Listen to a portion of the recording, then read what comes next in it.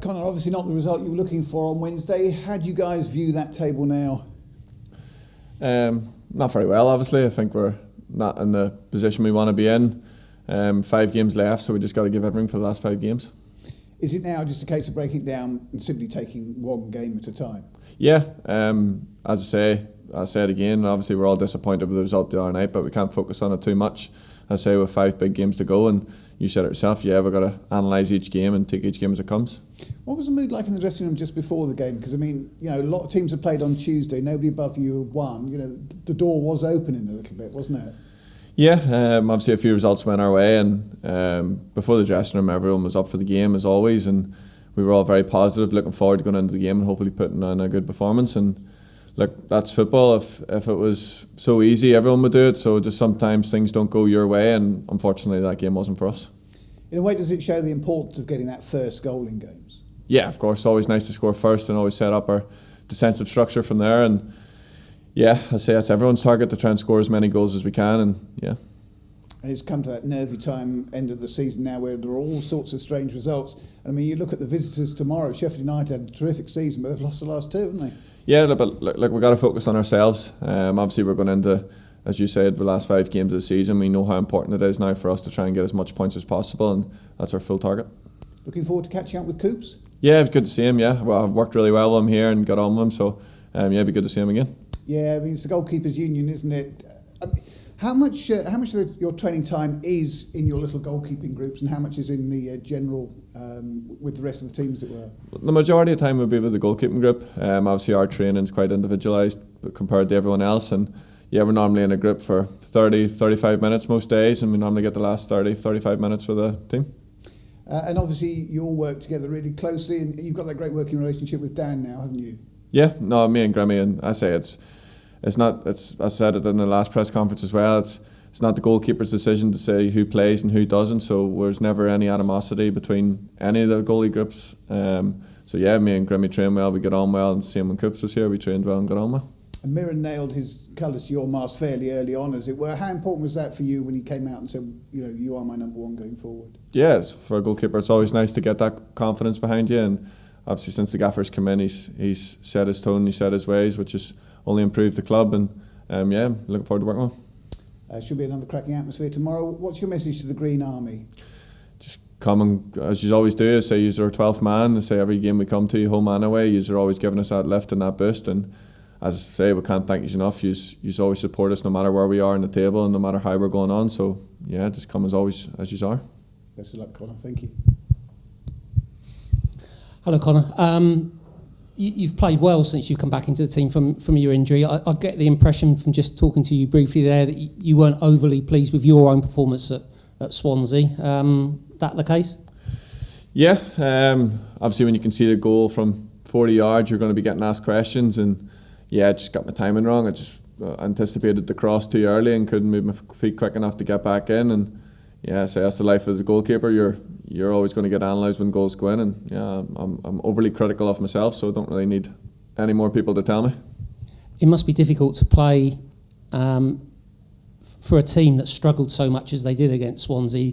Swansea had loads of chances. Do you feel a little bit sort of like it's you against Swansea at times? They had so many opportunities, didn't they? Not at all.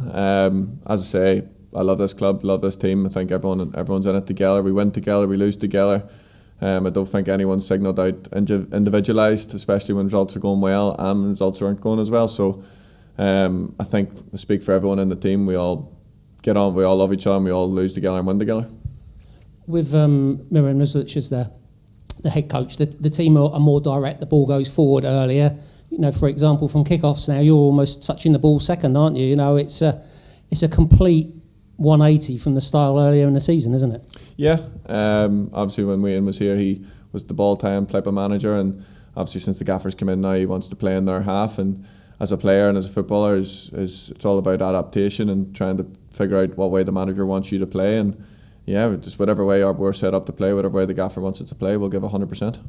Because it's interesting when you watch that kick-off to the game and it's passed back to you, you play it long, and Argyle get a throw in from in an attacking third.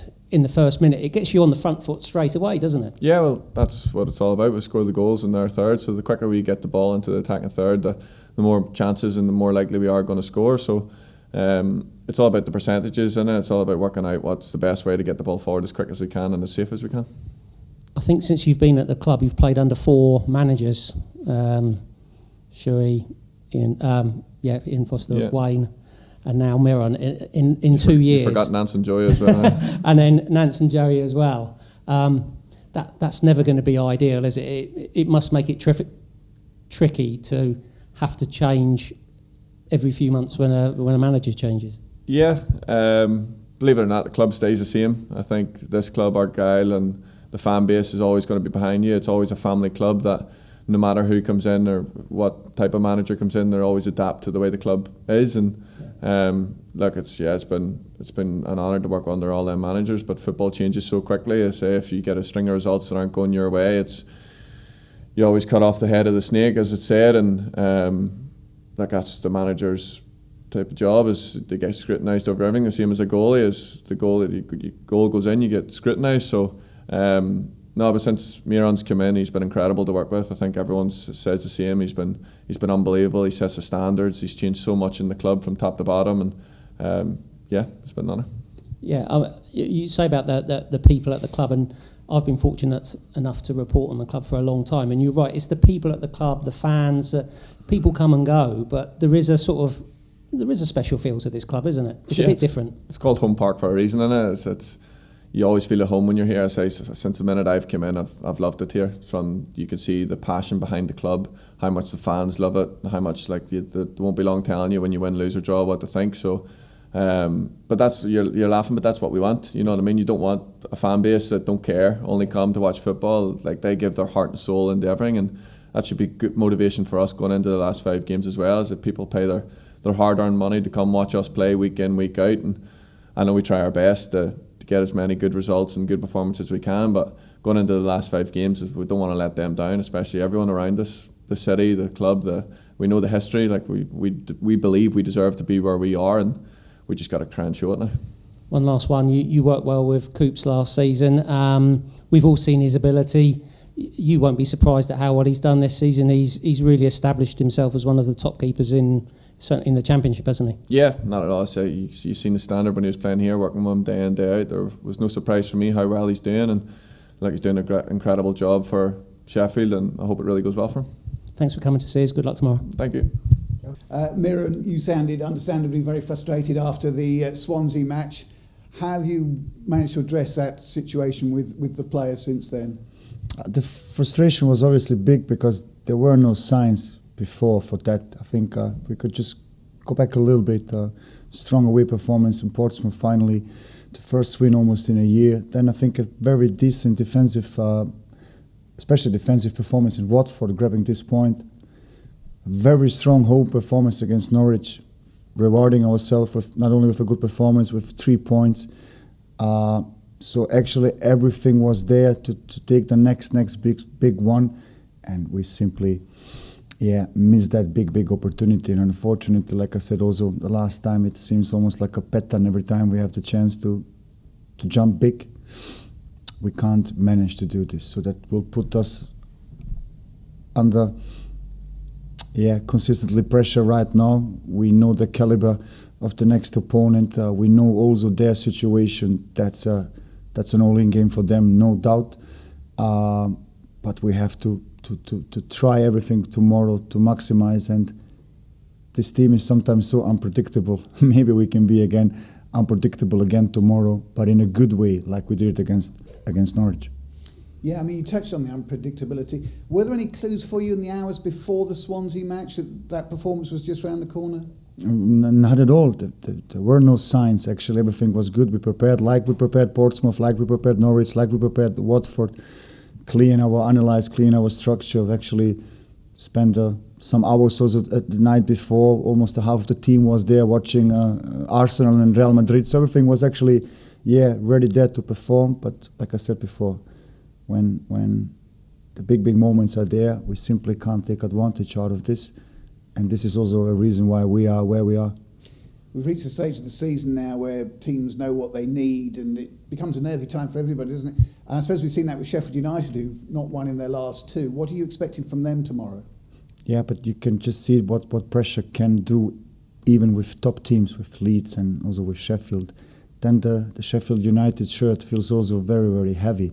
So they will go full. They are, I think, very disappointed after the home loss against Millwall. So they will try from the first whistle everything possible to get the game in their hands. And this is what we have to face. This is what we have to deal, and we have to just be ready to pick up this fight again. It has nothing to do with tactics. It has nothing to do with formations. Nothing to do with a back 3, back 4, back 5. You need to have the desire to win the duels in football. And there will be a lot of duels tomorrow. Super powerful, super physical. So we have to be there from minute 1. In years gone by, Argyle used to give the number 12 shirt to the Green Army. That was actually on the back of the programme, Green Army wearing the number 12. How big a role have they got to play tomorrow? As always, but I have to tell this again, it's not about them and it's not up to them, because they are delivering consistently and sustainable on a high level. It's up to us, because we are sometimes here and sometimes there and never in between. That's the balance, and that's being sustainable. That's consistently performing. And if you want to survive in a championship, you have to. The Green Army is on a high level, and we have to catch up with them. You said before the last game you don't like looking at the table. I'm sure you've looked at it again. I mean, how confident are you that you can get out of trouble now? Depends on the result of the next game. But it shows that, just because I mentioned the word unpredictable, it just shows also that the two faces. We simply have this throughout the whole season, that we can be nowhere and we can be on top. And I think that's a moment tomorrow to be on top. Injury-wise, how are you looking? Unfortunately, Metis Renola is out for the season. Unfortunately, also very negative news also for Katic in terms of his hamstring. He tried to push as long as he could. He's complaining with his hammies since Manchester City already. But he kept on pushing, trying in aim to support best possible.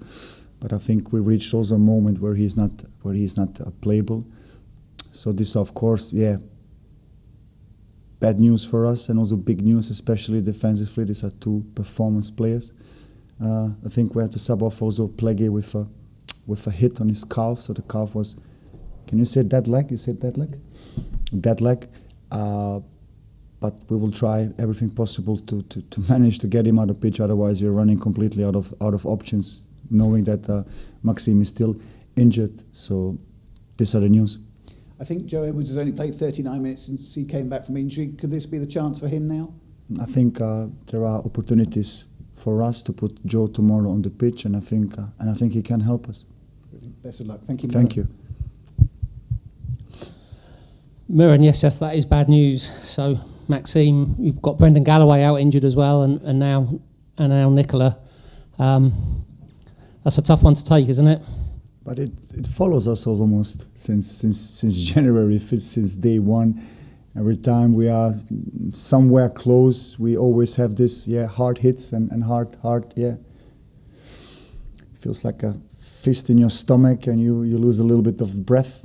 But it is how it is. So with complaining and being sorry or feeling pity, we won't improve and we won't get better. We just have to puzzle up the team as best as possible to be competitive for tomorrow, and this is also the plan. Do you think Katic will play again this season? I hope so, knowing also Nicola.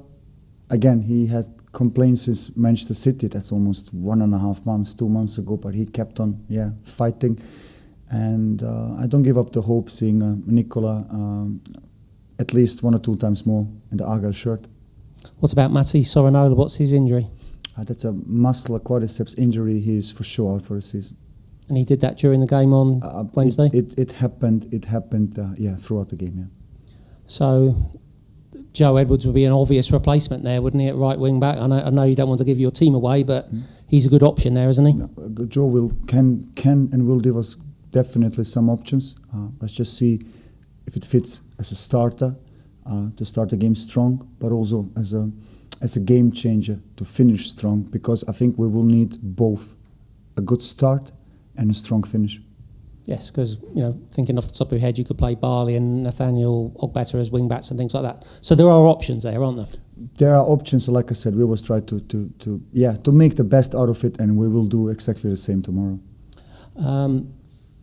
Michael Baidoo joined the club just before you took over as the club's record signing at the time. He's not getting in the matchday squad now. Can you address that situation? Because he was an expensive signing. He doesn't get in a squad of 20.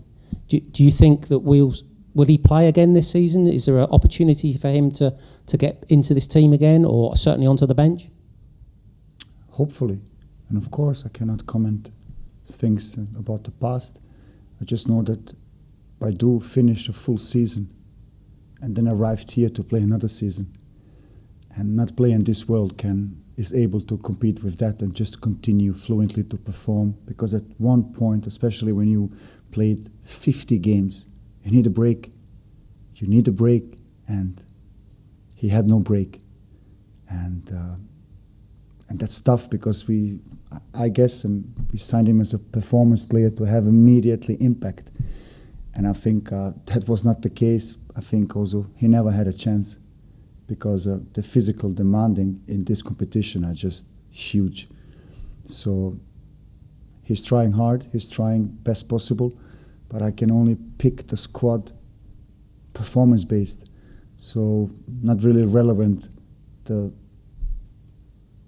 contract or the money we may potentially spend or invest. I can purely see it on performance. And right now, and also with us past weeks, he's really, really struggling.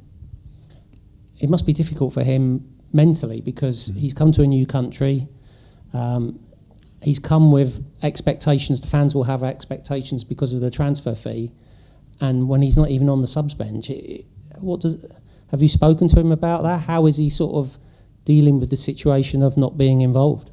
Several times, not happy for sure, because Michael is a good lad. He tries really, really hard. And I think it's hard. It's very, very hard. But we will have and get the best of Michael next season when he can have his rest and have a pre-season. Like I said before, he had a full season. I think that's something to consider next time when we sign players in January from Scandinavia, knowing that those players won't be able to perform from day one. Are we ready to build him up for the next couple of weeks or months, or we need just immediately impact? And I think in January we needed immediately impact. These are the learnings for the next transfer window. Rami Al-Hajj is in the same position as Michael Baidoo. Do the same comments apply to him? How does he get himself back into the squad and into the team? I can only judge and I make the squad only performances based. And also for Rami, he had a lot of opportunities, a lot of game time, and we always waited for output, for goals, for goal involvement, and simply not there. So it's hard, but it is how it is. We've seen a lot of Michael Cooper, the goalkeeper, during his time at Argyle, and we know how good he is. Have you had much of a chance to see him as a goalkeeper? How would you assess him? He's been one of Sheffield United's best players this season. That says everything. One of the best goalkeepers in our competition. So a top lad, an absolutely performance player. I think a bright future of English football. I think he has the potential to be the number one in the national team. But I don't have to worry about his future. Fortunately, I have also a very, very strong goalkeeper, and Connor is also performing all the time, so everything is fine. And one last one. You've told us about the injuries, and then that comes on the back of the defeat at Swansea. You're sat there smiling, as you always do. How do you keep your spirits up when it seems as though you're having to deal with a lot of difficult times at the moment? You saw me smiling in Swansea? I need this picture. Before the game? Yeah, before the game, because there were no signs for our performance. Unfortunately, throughout the game and also after the game, you've managed to keep your sense of humour, and that guys, can't. The serious point is that you keep getting injuries. That's out of your control. Mm-hmm. The performances are up and down like a roller coaster ride. How do you sort of try and stay level? Yeah, because I'm never here. And I'm never here. I'm on your on your height. I'm just in between. And if you're in between, you have a good balance. Not to exaggerate too much to the left, not to exaggerate too much to the right. And I try to find a good balance, again, in aim to help also the team best possible. Because imagine me here and imagine me down, that will be too much for us. Thank you for your time. Best of luck Thank tomorrow. you very much. Have a good afternoon. Have a good day. Thank you very much. Sorry. Miron, is it safe to say tomorrow's game is a must-win game? Yeah, it is. Absolutely. Same like Norwich. Just a little bit more difficult and a little bit more complicated because this team is just, absolutely top in everything they are doing. But beatable. We can hurt them. The last game of Millwall proved this also. And you mentioned to Alan about the league table briefly. Obviously, 5 points adrift at the foot of the table. How confident are you that you can turn this around with 5 games, obviously 4 of which against the top 7 in the division? Mm-hmm. Always super confident when we are so close. We had those kind of moments multiple times. So that's why today I'm very pessimistic. Maybe it helps us for tomorrow. Just on a serious note, we simply have to win. That's simple mathematics. You don't need to be a rocket science for this. We simply have to win. But we know also the difficulties of the next game. But we put ourselves also in this position. And because we put ourselves in this position, we have to find a will to deal with it.